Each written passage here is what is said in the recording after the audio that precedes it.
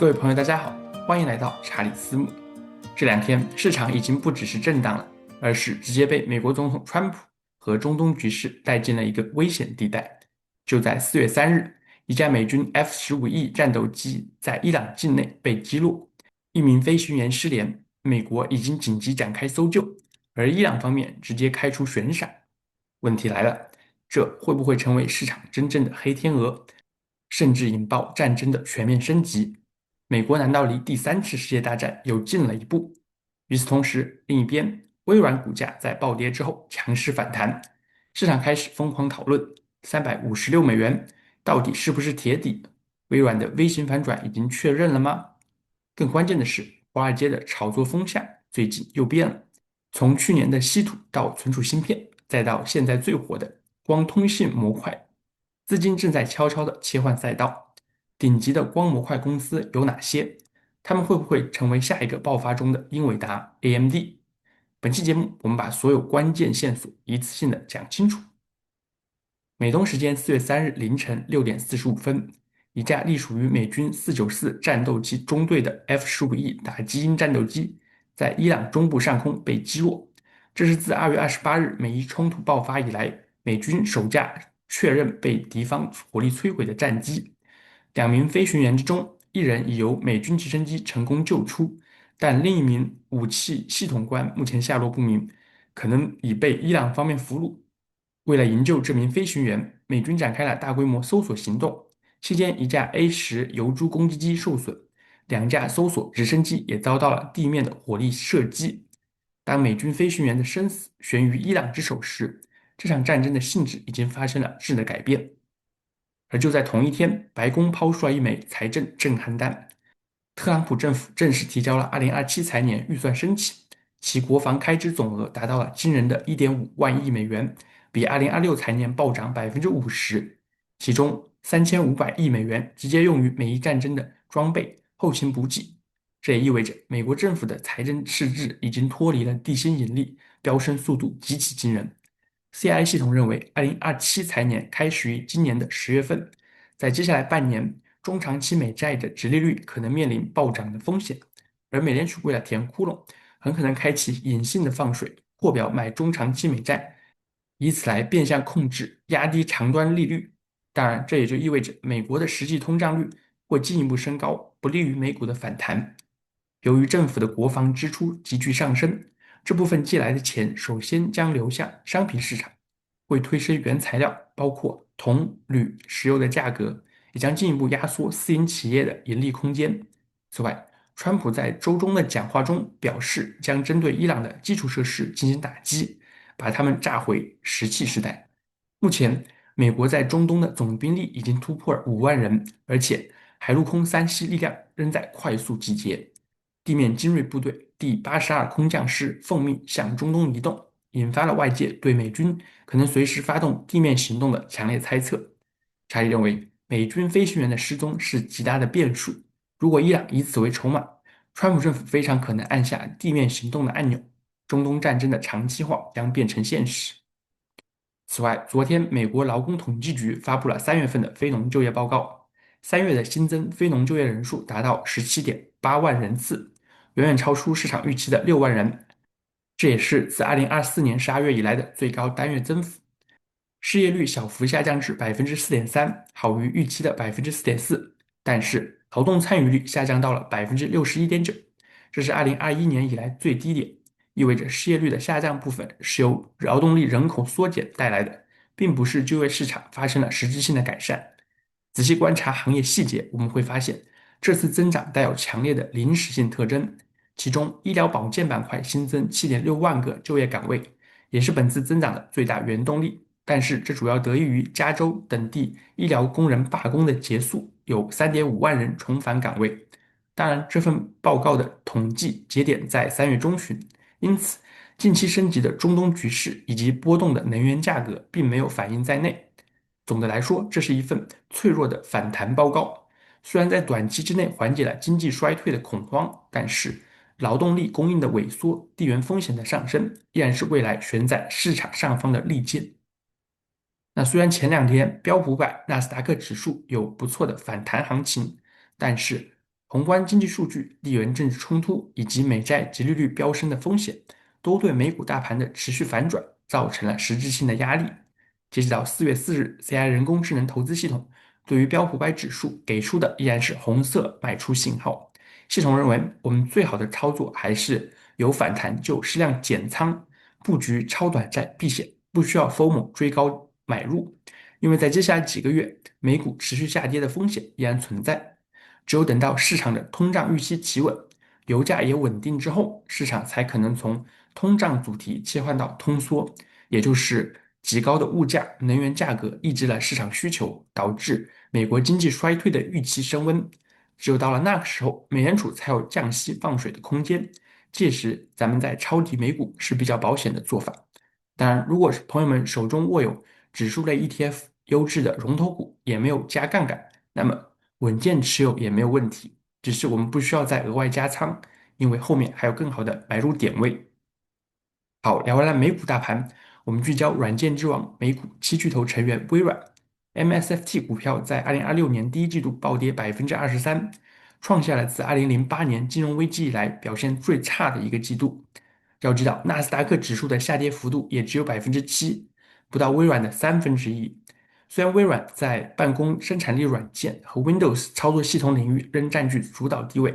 但是公司正在面临双重压力：一方面要实现高效的 AI 增长，另一方面需要持续扩建 AI 云基础设施，以满足激增的需求。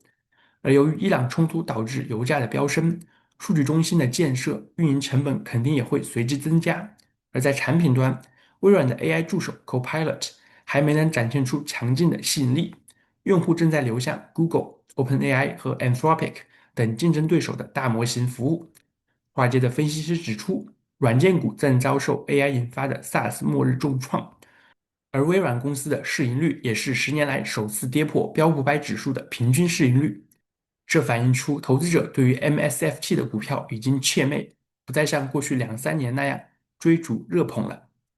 为了摆脱对 OpenAI 的依赖，微软正致力于开发高算力的前沿模型。公司的 AI 首席执行官穆斯塔法·苏莱曼在周四发布的彭博社采访中表示，微软计划打造针对多种数据类型的顶尖模型，涵盖了文本、音频和图像领域。当然，由于算力的限制，微软必须同时养2个大模型团队，一个是 OpenAI 的 ChatGPT，另一个是自研的 MAI 系列模型。这就直接导致微软的自研大模型推出的时间被一再拖延，我们可能需要等到2027年才可能看到 MAI 旗舰版的面世。此外，微软公司日前还宣布，将在2026至2029年期间向日本投资1.6万亿日元，用于扩展 AI 人工智能基础设施，并加强与日本政府在网络安全领域的合作。当然，微软全球范围的投资要带来实打实的收益，很可能需要等到几年之后了。而如果我们看 MSFT 股票的月线交易图，会发现它在3月底到4月初确实有一个非常不错的反弹，从356美元涨回到了373美元，涨幅接近5%。然而，因为之前实在是跌得太惨，而且是连续性的下跌，导致 MSFT 股票的20日、50日、100日、200日均线都呈现出扭头向下的空头趋势。如果微软股票能够再进一步反弹到20日均线之上，也就是385美元，而且能够站稳不跌回去，那么我们确实可以比较放心的说，3月底的356美元是 MSFT 的阶段性底部位置。截止到4月4日，CI 投资系统对 MSFT 股票的信号依然是黄色的持有信号。考虑到微软的市盈率已经跌到了23，前瞻 PE 更是只有19.6，我们确实可以在370美元左右建仓买入微软。当然，因为大盘还是走熊的状态，市场上美元的流动性不足，微软想要逆势上涨难度也非常高。更可能情况是，MSFT 在360到390美元这个区间做低位的宽幅震荡磨时间，等到今年7、8月份，如果大盘开始复苏，那么微软很可能是引领下一轮反转行情的先锋，就像去年4、5月份微软引领纳指的情况那样。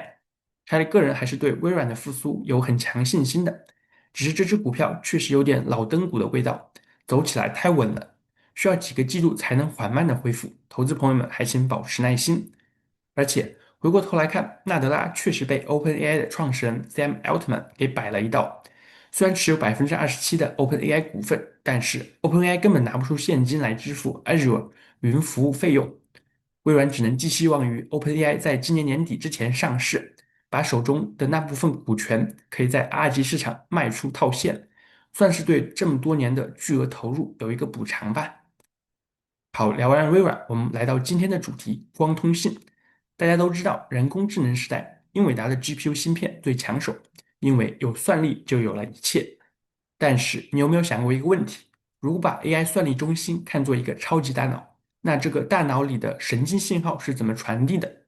现在的 AI 训练就像是在一个房间里塞进了几万名世界顶尖的数学家，让他们合力解决一道复杂的数学题。但尴尬的是，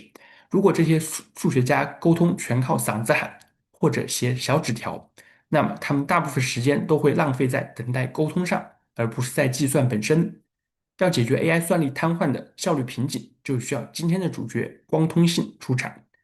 传统的通讯手段是用电来搬运数据，电子虽然也是光速传播，但是它有两个致命的缺点。第一个是跑不远，电信号传输一定的距离，它的信号强度就会变弱。第二个是非常热，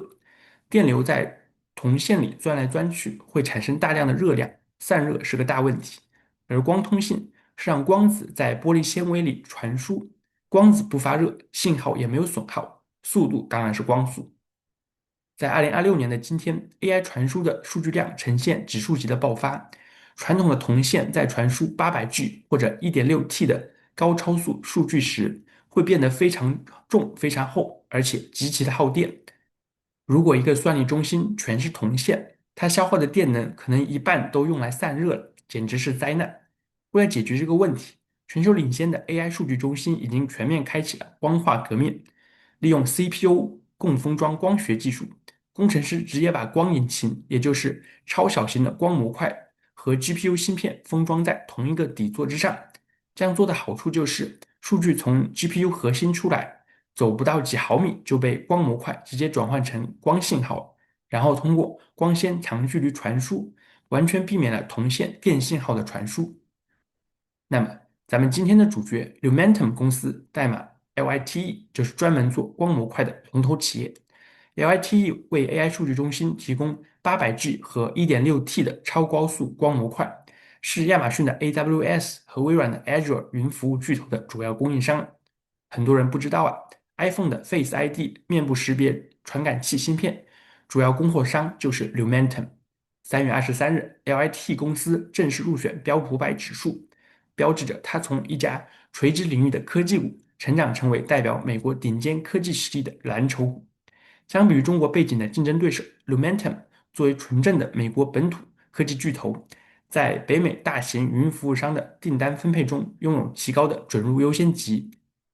当然，LITE 在过去一年，它的股价已经翻了15倍，比美光、闪迪的涨幅更为夸张，是标普500指数中表现最好的股票。LITE 的市盈率已经涨到了252，反映出热钱对于股票的追捧。那么，在800美元以上，我们还能不能追他家的股票呢？从技术面的角度来看，答案是不能。大家可以看到，LIT 短期已经严重超买，它的价格距离其20日均线所在位置682美元，居然足足高了21%，而距离它的200日均线位置296美元，居然高了179%，而且出现了顶背离的迹象，也就是它的股价在涨，但是交易量逐渐萎缩，这也就代表着机构很可能慢慢在出货，高位套现。把筹码以昂贵的价格卖给散户，我们肯定不能在这个档口去帮机构接盘，不然妥妥的被收割。朋友们千万要小心哦。如果我们看 LITE 的 EPS 增速情况，会发现公司在2026年预期 EPS 每股收益大涨274%，表现非常优异。然而到了明年，LITE 的 EPS 增速就会开始放缓，下降到97%，而到了2028年，它的 EPS 增速还将下调到30%。更为关键的是，LITE 在2029年 EPS 将暴跌45.6%，是周期性很强的股票。事实上，回看历史，大家可以看到，它在2019到2022年利润也是逐年上涨，从4.25美元每股收益涨到了6美元。但是到了2023年，LITE 的 EPS 就暴跌了25%，2024年的收益更是腰斩，股价的波动相当的大。此外，这是华尔街的机构分析师对 LITE 的评级，可以看到，虽然在25位分析师当中有19位给出买入的评价，但是他们给出的1年之后目标价平均只有713.5美元，比市场价居然还低了14%。这就说明 LITE 最近股价确实涨得太快，大幅跑赢了分析师极其乐观的1年后前瞻，短期回撤的风险相当的高。那对于 LIT 股票，CI 投资系统给出的是红色的卖出信号，我们确实可以考虑在800美元以上止盈一部分 LIT 的仓位，锁定超额收益。那么何时是比较稳妥的入手价呢？系统认为，如果 LIT 股票回撤到546美元，并且出现了止跌企稳形态之后，我们届时再抄底，胜率会高很多。当然，考虑到光通信股票暴涨暴跌的周期性，我们肯定需要控制它的仓位在总资金的5%以内，不然波动实在是太大。好，聊完了 LIT，我们来看看光通信领域的第二大巨头 Coherent Corporation，代码 COHR，它是全球领先的光学和化合物半导体精英企业，核心优势在于其端到端的垂直整合能力。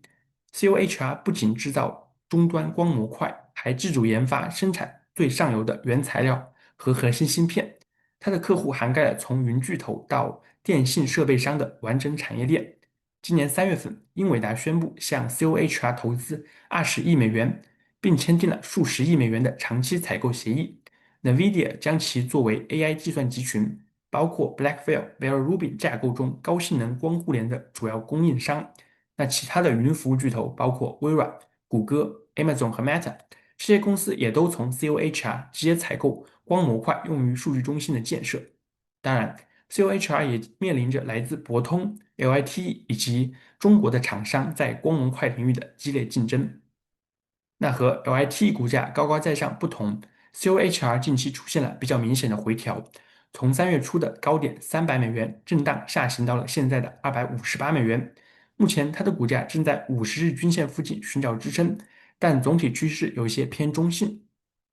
如果我们看 COHR 的 EPS 增速情况，会发现它今年的每股收益增速也还不错，高达51.6%，但是远不如 LIT 高达200%的增速那么炸裂。接下来的2027到2028年，COHR 的每股收益增速也是日渐平稳。总体来说，未来的走势还是稳健的。那对于 COHR 的股票，华尔街的分析师给出的1年之后目标价为282美元，比市场价高出9.3%，增长空间相对有限，也从侧面反映出 COHR 在过去1年翻倍涨之后，接下来的上行空间略有不足。当然，肯定比 LIT 的极度超买要平衡得多。那对于 COHR 的股票，CI 系统给出的是黄色持有信号。现在咱们也不需要着急抄底，而是可以再耐心等待2到3个月的时间。如果 COHR 股票回撤到210美元以下的强支撑区，届时逢低买入，胜率会高得多。对于 COHR 的仓位，我们肯定也需要控制在总资金的3%以内，重仓的风险是比较大的，因为他家的市盈率现在也高达278倍。好，聊完了 LIT 和 COHR，我们最后看看光通信领域的台积电 Fabrinet 股票代码 FM。Fabrinet 是全球领先的高度精密光学制造服务商，专门为顶级科技公司提供高端代工和封装服务。它专注于高复杂度、多品种、中小批量的产品，主要生产基地位于泰国，在提供低成本劳动力的同时，拥有世界级的精密工程人才。且能避开某些地缘政治带来的关税风险。FN 的客户集中度很高，主要服务于行业内的顶级巨头，包括了英伟达、Cisco、Lumentum、Marvell 等等。它的财务报表非常健康，拥有近10亿美元的现金，且无任何债务。尽管是代工模式，但是凭借极高的技术含量，FN 的毛利率始终稳定在12%左右。这是 FN 股票的月线交易图，我们可以看到它的走势是相对稳健的震荡上升趋势。目前的股价在557美元，距离其20日、50日均线位置相当的接近，没有被极度超买的状态。当然，在过去1年，FN 的股价也暴涨了140%，表现相当的亮眼。如果我们看 FN 的 EPS 增速情况，会发现它在今年有30%以上的高增长，但是到了明年，FN 的增长率会放缓，从30%回落到20%以下。和台积电的情况很像，FN 股票的整体趋势还是稳步上行，因为找它代工的芯片光学企业实在是太多了。然而，和 LIT、COHR 面临的情况很像，因为最近一年股价翻倍，FN 的市场价距离华尔街给出的目标价格只有不到5%的差距，这也就反映出，如果我们在当前以$550以上的价格买入 FM，投资收益率还是偏低的，因为确实有点贵。那对于 Fabrinet CI 投资系统给出的是持有信号，考虑到它的 PE 也偏高，超过了50倍，我们暂时不需要着急买入。更安全的买点在下方较强支撑的$471，距离市价还有15%的回调空间，朋友们可以用作参考。好，我们小结一下，可以看到光通信领域的股票包括 LIT、COHR、FM 以及今天没时间细聊的 AAOI，它们在短期之内都已经被华尔街炒得过高了。如果发生趋势性的反转，光子类股票下跌回调个15%到30%，都是非常正常的现象，大家也无需过分恐慌。考虑到美股大盘，科技巨头的股票都有大幅度的回撤，如果你真的想买股票，还不如考虑直接买入大盘或者巨头，而不需要现在追高光模块。查理认为，最多配置个5%的仓位，在这个领域就差不多了，因为整个光通信行业的周期性依然很强，和存储芯片板块有点像，朋友们需要注意一下。好，聊完今天的主题，我们来看看截止到4月4日，CI 人工智能投资系统的最新仓位配置。我的 AI 系统会根据每天更新的金融数据，包括标普500指数的走势、美债及利率的变化、全球央行的流动性、大宗资产价格的波动，来对美股、短债、黄金和比特币的持仓比例做出必要的调整或者维持不变。和之前一样，CI 系统建议把股票部位的持仓比重维持在25%，把70%的资金放在超短期美债 USFR、SGOV 或者 STIP 中避险，剩余5%的资金可以买入黄金 ETF、IEUM、GLD 等做通胀的对冲。如果到了今年的第三季度，美国中期选举之前，美股出现由熊转牛的反转信号，我们届时再卖掉超短债，安全的右侧抄底美股。在指数层面，标普500、纳斯达克100科技类指数都处于红色卖出信号当中，我们不需要着急抄底。在个股层面，系统推荐了3只传产股，分别是麦当劳、GE 和埃克森美孚石油，他们的买点以绿色数字标了出来，朋友们可以参考一下。接下来是 CI 投资组合的最新持仓情况。到了今天，USFR 依然是 CI 投资组合的第一大持仓。查理的投资策略还是以超短债避险为主。在美联储需要稳定物价、控制通胀的大背景之下，美元流动性的风险依然存在。加上美国可能对伊朗开始地面战，中东冲突的持久化，我们的投资组合还是以稳为主，不在局势尚未明朗的时候做交易。现在 CI 投资组合的前5大持仓依然是超短债 USFR 占比78.2%，微软占比10.5%，国防军工 XAR 占比4.6%，亚马逊占比4.6%，和 Meta 占比1.2%。和往常一样，未来 CI 投资组合如果有新的持仓变化，我也会及时更新，请朋友们保持关注。如果您想在第一时间得到 CI 投资组合的讯息，可以加入查理的 YouTube 频道或者 Patreon 会员，您会获得实时更新的交易细节，不用等到下一个节目。此外，CI 投资会员还将收到查理斯姆今日宏观经济展望以及 YouTube 频道内容独家抢先看的权利。好，以上就是本期节目的全部内容，查理的个人观点不构成投资建议。您会买光通信类股票吗？请在评论区留下您的观点，我们一起讨论。如果我的节目对您的投资决策有帮助，请您多多帮忙点赞分享。查理非常感谢各位朋友的大力支持，我也会陪伴着各位穿越牛熊，在市场中成长。祝您投资顺利，心情愉快。我们周一的节目再见。